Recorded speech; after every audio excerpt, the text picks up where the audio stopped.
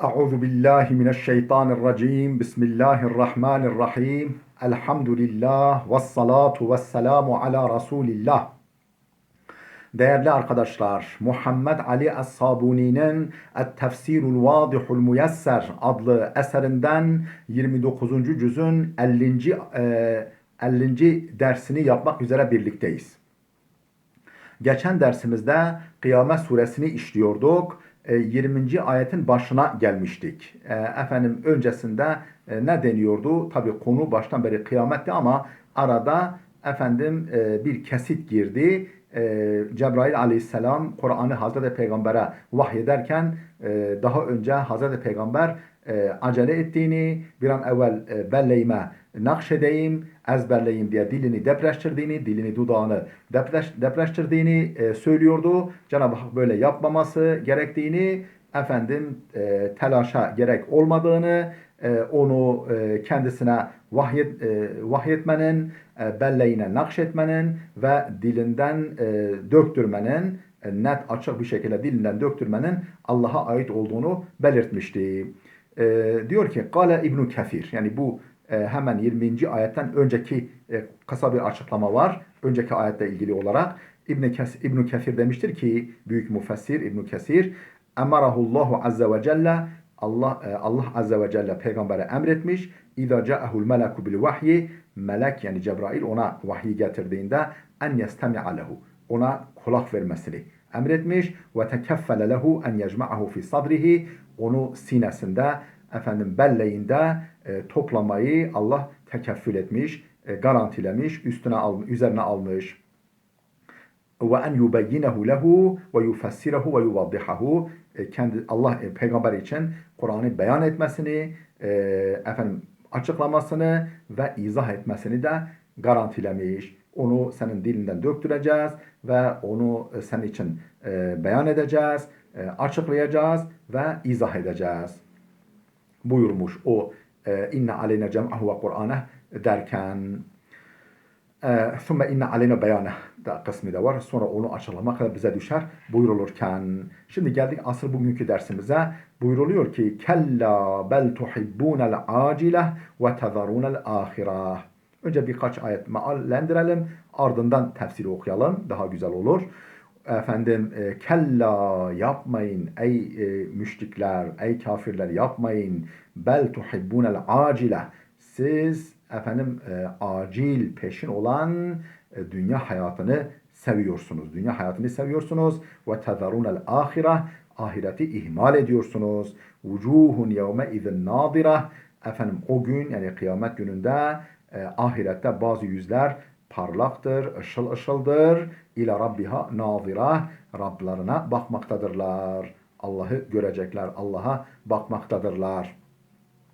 Ve vucuhun yevme izin basira, bazı yüzler de o gün kararmıştır, ekşidir, asıktır.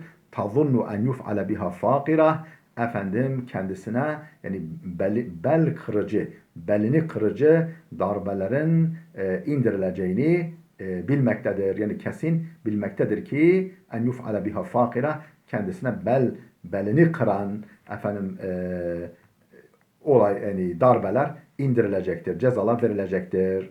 Kella, yine buyuruyor ki yapmayın, etmeyin, vazgeçin bu tutumunuzdan ey kafirler.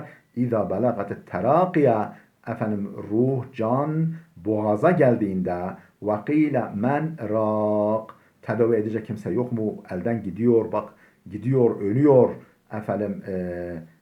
Yok mu onu tedavi edecek, geri döndürecek birisi dendiğinde, ve zanne ennehu'l firak, artık ayrılığın, yani vaktin ayrılık vakti olduğunu kesin kanaat getirir. Vel teffetis sâku bis sâk, ayak ayağa dolanır. Ayak ayağa dolandığında ila rabbike yevme izinil mesâk, o gün sevkiyat Rabbinedir. O gün nereye sevk ediliyor o insan? Rabbinin huzuruna. Fela saddaka ve la salla, oysa ki kendisi ne yapmış? Ne hakkı, Kur'an'ı, İslam'ı, peygamberi tasdik etmiş. Ve la salla, ne de namaz kılmış. Velakin kezzebe ve tevella, fakat ne yazık ki bütün bunları yalanlamış ve tevella ve yüz çevirmiş. ثُمَّ ذَهَبَ إِلَى أَهْلِهِ يَتَمَطَّى Yalanlamış, yüz çevirmiş. Sonra da ailesinin yanına böyle böbürlene çalımla gitmiş dünyadayken. Evlâ leke fe evlâ, yazık sana yazık. Evlâ leke fe evlâ, yazık sana yazık. Thumme evlâ leke fe evlâ, yazık sana ne yazık. Yani yazık sana yazık, yazık sana ama ne yazık ey insanoğlu buyuruyor. Değerli dostlar, burada bu ayetlerin mealini buraya kadar vermiş olduk. Şimdi bu kısmın tefsirini yapalım. Buyuruyor ki kella bel tuhibbunel acilete ve tezarunel ahire. Yapmayın, etmeyin ey müşrikler, ey kafirler. Siz acil olanı yani peşin olan dünyayı seviyorsunuz, tercih ediyorsunuz. Ve tezarunel ahirete, ahireti ihmal ediyorsunuz. El hitabu li kuffari Kureyş'in. Hitap, bu kella derken işte siz bunu seviyorsunuz, şunu terk ediyorsunuz derken hitap kimedir? Kureyş kafirlerinedir. Ey irtedi'u, yani ayağınızı denk atın, vazgeçin. Ya ma'şerel müşrikin, ey müşrikler topluluğu. Feleysel emru kema zaamtum, durum, iş sizin iddia ettiğiniz gibi değildir. En la ba'se ve la hisabe ve la ceza. Nedir o iddia ettiğiniz? Diriliş de yok, hesap da yok, karşılık da yok şeklindeki iddianız gibi değil mesela. Bel entum kavmun tuhibbunel faniyete. Bilakis siz fani, geçici bir şimşeğin yanıp sönmesi gibi gelip geçici olan dünya hayatını seviyorsunuz. Ve tetrukunel ahiretel bakiyete, o ölümsüz, kalıcı, sonsuz ahireti ihmal ediyorsunuz. وَلِذَٰلِكَ لَا تُفَكِّرُونَ فِي الْآخِرَةِ İşte bundan dolayıdır ki siz ahireti düşünmüyorsunuz. وَلَا تَعْمَلُونَ لَهَا Onun için çalışmıyorsunuz, çabalamıyorsunuz, hazırlık yapmıyorsunuz. مَعَ اَنَّهَا خَيْرٌ وَاَبْقَى Oysa ki o hem daha hayırlı hem daha kalıcıdır. Yani hemencecik parlayıp sönen bir şimşek nerede? Sürekli yanan, etrafa aydınlatan bir güneş nerede? Dünya hayatının bütün zevku sefası, debdebesi, konforu, lezzeti, hazzı, ahiret lezzetine nispetle bir hemencecik parlayıp sönen bir şimşeğin sürekli yanan bir güneşe nispeti gibidir. Vucuhun yevme izen nadiratun ila rabbiha nadira. Bazı yüzler o gün ışıl ışıldır, Rablarına bakmaktadırlar. Rabbine bakmaktadırlar o yüzler. Ey fi zalikel yevmi yenqasimun nasu ila fariqayn. Yani o günde insanlar iki gruba, iki kısma ayrılırlar. Ebrarin ve fuccarin. İyiler ve kötüler. Fe emme vucuhul ebrar. İyi kimselerin yüzlerine gelince فَتَكُونُ مُشْرِقَةً مُضِيئَةً حَسَنَةً بَهِيَّةً مِنْ بَشَاشَةِ السُّرُورِ وَأَثَرِ النَّعِيمِ فَتَكُونُ مُشْرِقَةً ışıl ışıl olur.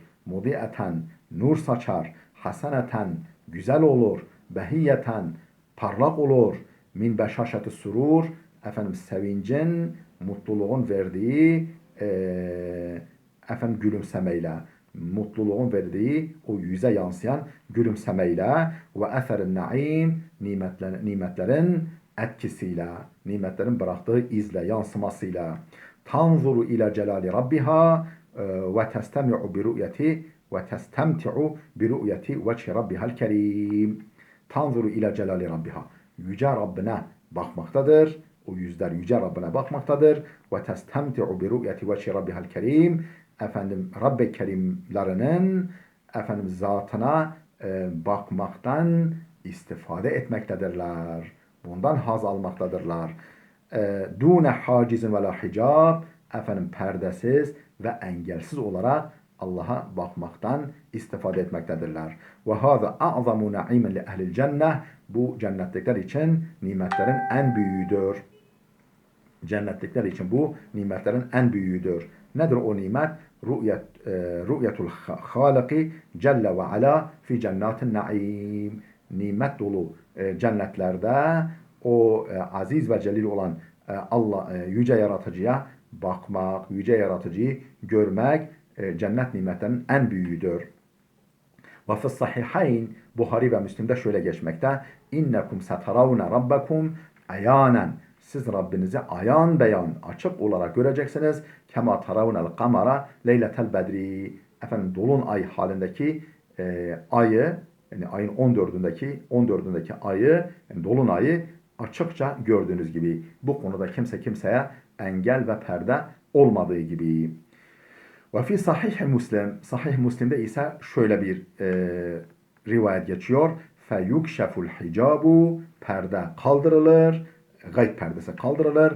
Fema u'tu şey'en habbe ileyhim, efendim minen nazari ila rabbihim celle ve ala, efendim Rabları olan Aziz ve Celil Allah'a nazar etmekten kendilerine daha sevimli herhangi bir şey verilmemiştir. Ondan daha sevimli hiçbir şey verilmemiştir Allah'ı görmekten. Vehiye ziyade. İşte şu ayetteki tırnak içinde ziyade kelimesi bu demek. Sümme tela. Peygamber sonra şu ayeti okudu. Lillezine ahsenul husna ve ziyade. Bugün, daha doğrusu o gün onlar için en güzel, yani cennet var, bir de ekstrası var, bir de daha fazlası var. İşte o daha fazlası dediği cemalullahı müşahede etmedir. Kâlel Hasanul Basriyu. Hasan-ı Basri demiştir ki nadira ey hasene mesrura. Yani vucuh yemezin nadiratun demek. Yani güzeldir, mesrurdur, mutludur. Ve hukka leha en tandara, efendim parlak olması, ışıl ışıl olması onun hakkıdır. Onun layığıdır. Ve hiye ila cemali rabbiha tanzuru. Çünkü Allah'ın cemaline bakmaktadır. Allah'ın cemalini seyretmektedir. Ve vucuhun yevme izin basiratun. Bazı yüzler o gün karadır.